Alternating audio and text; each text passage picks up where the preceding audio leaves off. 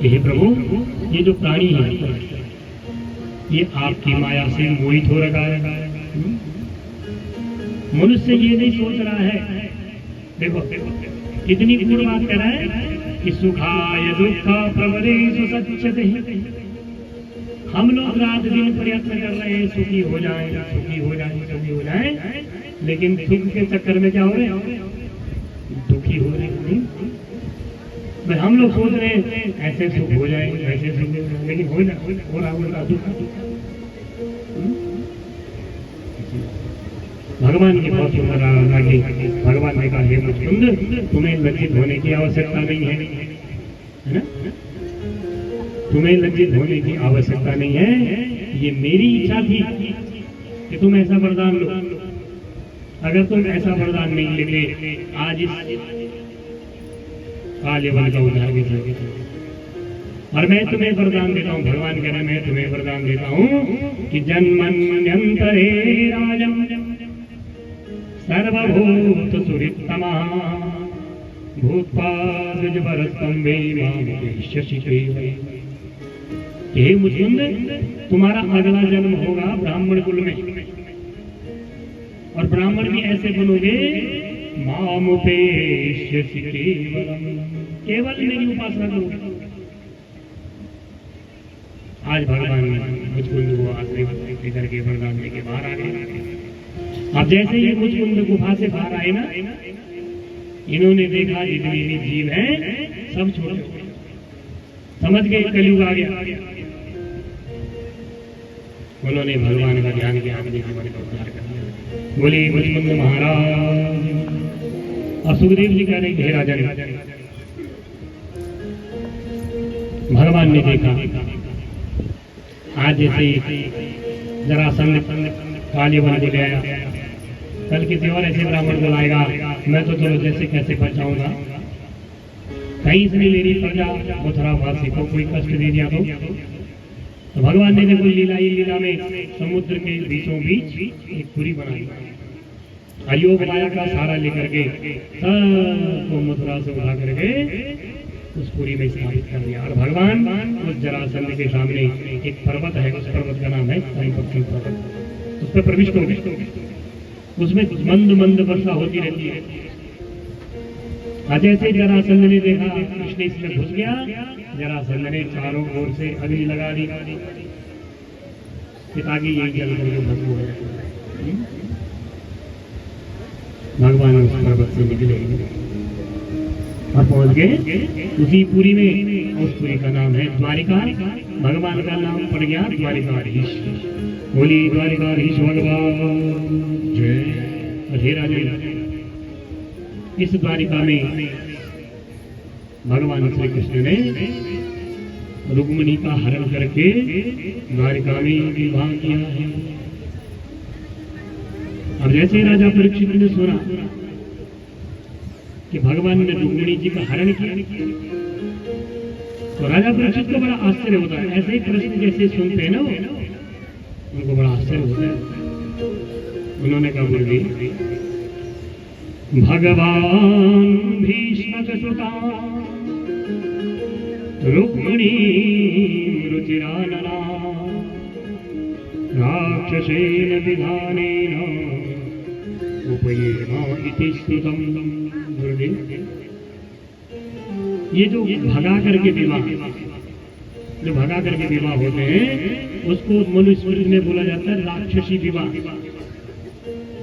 तो भगवान ने ये राक्षसी विवाह क्यों किया? भगवान को क्या आवश्यकता पड़ी कि भगाना पड़ा? अरे भगवान तो सर्वगुण संपन्न है, रूपवान है, बलवान है, धनवान है, तो भगवान को आवश्यकता क्या पड़ी? और ऐसा कौन सा पिता होगा जो भगवान को अपनी कन्या नहीं देगा? तो जैसे राजा परीक्षित ने प्रश्न किया है तो श्री सुखवाच, सुखदेव जी करे राजा श्री भीष्म को नाम विदर्भाधिपतिर्महा तस्या पंचाभवन पुत्रः कन्यका च वरा। एक विदर्भ देश के राजा हैं जिनका नाम है भीष्म। उन भीष्म के 5 पुत्र हैं। सबसे बड़े पुत्र का नाम है रुक्मी, फिर है रुक्मरथ, फिर है रुक्मबाहु, फिर है रुक्मकेश और फिर है रुक्ममाली। ये 5 पुत्र हैं। और रुक्मण्येषा स्वशासनी, इनकी एक बेटी है, उसका नाम है रुक्मिणी। और रुक्मिणी जी ने जैसे ही बाल्यकाल से ही भगवान का प्रसंग सुना कि भगवान इतने कुलवान हैं, भगवान इतने रूपवान हैं, तो मन ही मन जो है रुक्मिणी को ये हो गया, मैं कभी विवाह करूंगी कृष्ण से, मैं कभी विवाह करूंगी तो कृष्ण को अपना पति। राजा भीष्म विचार कि मेरी कन्या का विवाह कृष्ण से हो जाएगा। लेकिन इस रुक्मिणी के जो बड़े भाई हैं रुक्मी, वो कृष्ण को अपना शत्रु मानते हैं। उसने कहा मेरी बहन का विवाह होगा तो मेरे मित्र शिशुपाल के साथ में।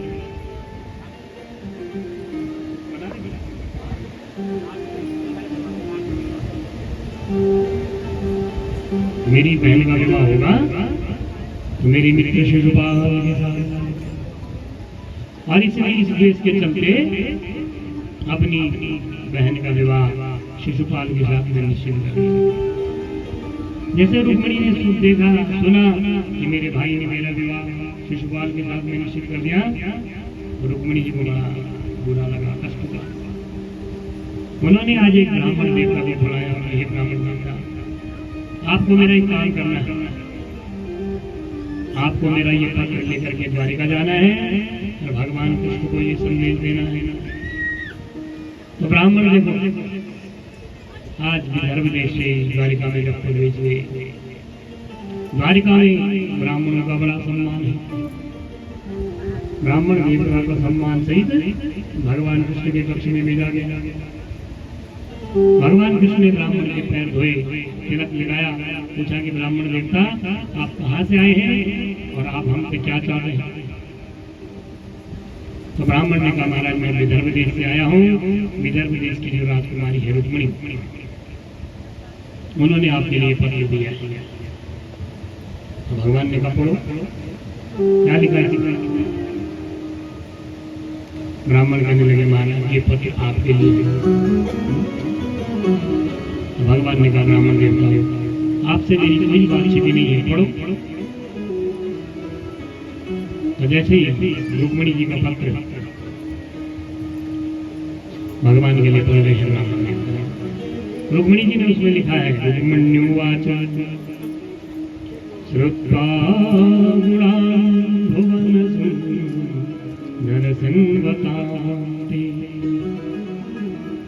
निर्वेशकरण विवरे हरतोंगता रूपं दृशां दृशिमतामखिलार्थलाभम्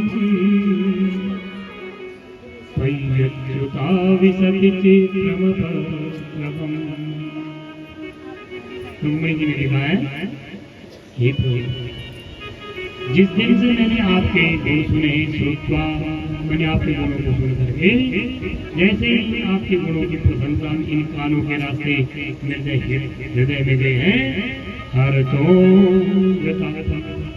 मेरे सारे पाप समाप्त हो गए। हे भुवन सुंदर, मैंने अपना मन जो है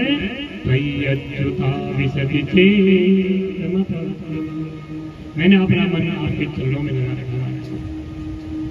मैंने तो बचपन से ये संकल्प लिया था, प्रण किया था कभी विवाह करूंगी तो कृष्ण से करूंगी, लेकिन मेरे भाई ने मेरा विवाह निश्चित कर दिया और मेरा विवाह होना है परसों।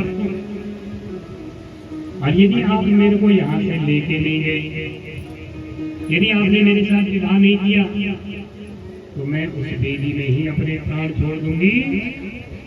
सारा पाप आपके सिर पे लगने लगेगा। जबकि मैं समझती हूँ किसी अच्छी कुल की कन्या के लिए ऐसा पत्र लिखना पाप है। लेकिन महाराज मैं तो आपको अपना पति मानती हूँ। रुक्मिणी जी सोच रहे हैं यदि भगवान ऐसे सोचे तो रुक्मिणी चलो मैं तेरे को लेने भी आ गया, तेरे यहाँ तो बहुत प्यारा लगा हुआ है, तेरे को लाऊंगा कैसे मैं? अरे रुक्मिणी जी कह रहे मैं तो आपको मार्ग भी बताती हूँ, आप दिन को यहाँ से लेके जाएंगे। पूर्वे धुरस्ति महती कुलदेवी यस्या बहिर्नवमनो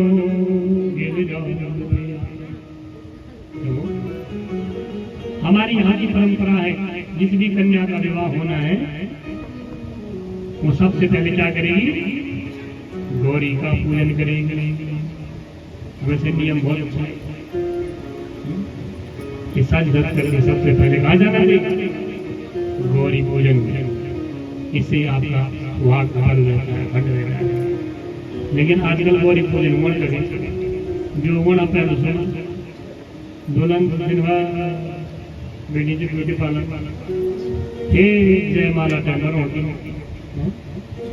ये वो गौरी पूजन।